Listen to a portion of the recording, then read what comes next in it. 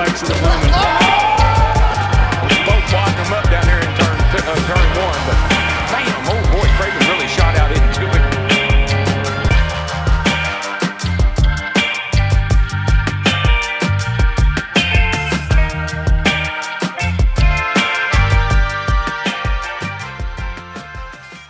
What's up, everybody? I'm Seth Woolcock, the founder of In Between Media, and I'm here with the first installment of our new YouTube series, The Middle. So the objective of The Middle is to do what we do a lot here in Between Media. We're going to combine some fantasy sports advice with a little bit of quick hit life advice at the very end. We're going to be talking about sports that we normally cover here in Between Media: fantasy football, fantasy NASCAR, fantasy golf.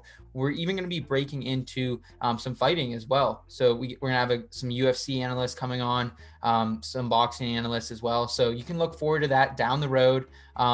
But for today's episode, the first installment, I want to talk about a player that not many people are talking about in the fantasy sports industry right now, and that's Browns tight end Austin Hooper. Obviously, the Stanford product, he was a pretty big letdown here in 2020. He was tight end 21 on the season in PPR leagues. Never really was fully healthy. Had the appendix taken out about halfway through the season, so that really set him back. Finished the year 46 receptions, 435 yards, and 4 TDs. So that wasn't great. Hooper was a guy that I was really out on last year because of the mixed bags we were going to get in both Kevin Stefanski's first year as head coach, and obviously David Njoku is there. Harrison Bryant, the rookie, he was brought in last season as well. So right now, I can understand that a lot of people are still a little bit down on Austin Hooper, but I want to say that now is a time, especially in dynasty leagues, that I'm probably looking to buy him. And here's why. We're going to see a lot of cuts here in the next couple weeks of the NFL. And the Browns are a team who are actually in pretty good position. They're about $21 million under the cap right now. So you love to see that from a Browns perspective. Obviously, if they can move off OBJ and trade him somehow, that number will go up and they will have some more cap room. But I don't really see them adding too much as far as receiver talent. I think Rashard Higgins is probably going to be on his way out if OBJ remains. Donovan Peoples-Jones, he probably slides in that number 3 spot behind Jarvis and OBJ. And I think Hooper is really going to command this tight end position, especially since David Njoku seems like this last week he had some kind of tweet that seemed like a farewell to Cleveland and the fans there, thanking them for the time.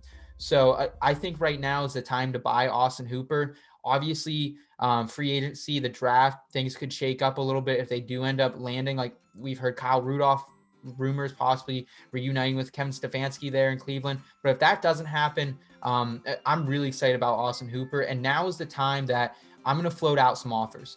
I'm not going to break the bank for him, but if I have a guy who's clogging up my roster, like a Mark Ingram, a Devin Singletary, a Zach Moss, AJ Green, someone who still has value, but really you're probably not going to be starting here in 2021. So I'm going to be throwing out, a guy like that and maybe a 4th round pick in my rookie drafts for a guy like Austin Hooper, because I see tight end 1 upside for him this season.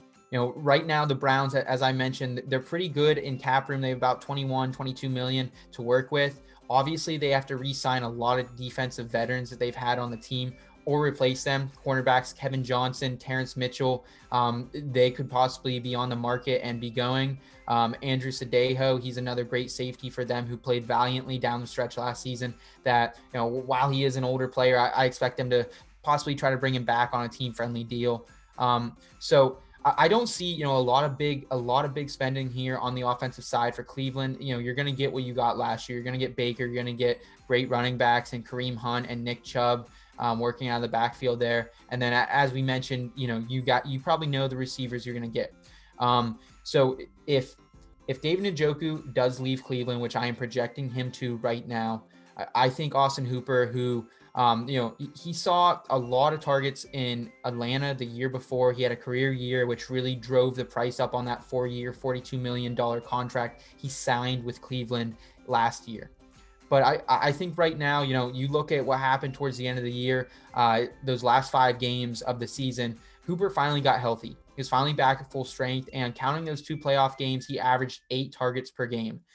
You think about that, and while that is a very relatively small sample size, and if OBJ does return, that is going to go down, absolutely going to go down. However, if if you just take the 8 targets per game, that was third best behind George Kittle and Travis Kelce. While he doesn't have that type of ceiling in this Cleveland offense, and I'm not projecting him to be a top 3 or 5 guy, I think he could be right on the fringe of that. A guy who's in that tight end 6 to 8 range, who is providing solid fantasy numbers throughout it. He found the end zone a couple times at the end of the year, and him and Baker Mayfield continued to develop that chemistry down the road. So obviously a lot still left to play out in Cleveland here, but I'm keeping my eye on Austin Hooper, and I'm floating out some offers right now before the price gets jacked up here in about a week or two. And as always, I want to leave you with some life advice that we always try to bridge with our fantasy sports advice here at In Between Media. And with this upcoming week, I know a lot of people right now, we're kind of getting that itch. We're heading into 12 months of COVID-19, so that's not great. Winter around the U.S. is still kind of in full effect. Snow's starting to melt where I am, so I hope it is where you are as well. But while we continue this grind for the next couple of weeks, put on your best mindset you can, because it's this time when you're working to the bone and grinding as hard as you can that can really make up for and make you appreciate the time when you're resting and the time you're spending it with your friends and family. So, continue to grind, continue to do what you're doing, guys. And that's everything from me, Seth Woolcock, from In Between Media. Make sure you check out more episodes of The Middle, and thanks for tuning in for episode 1.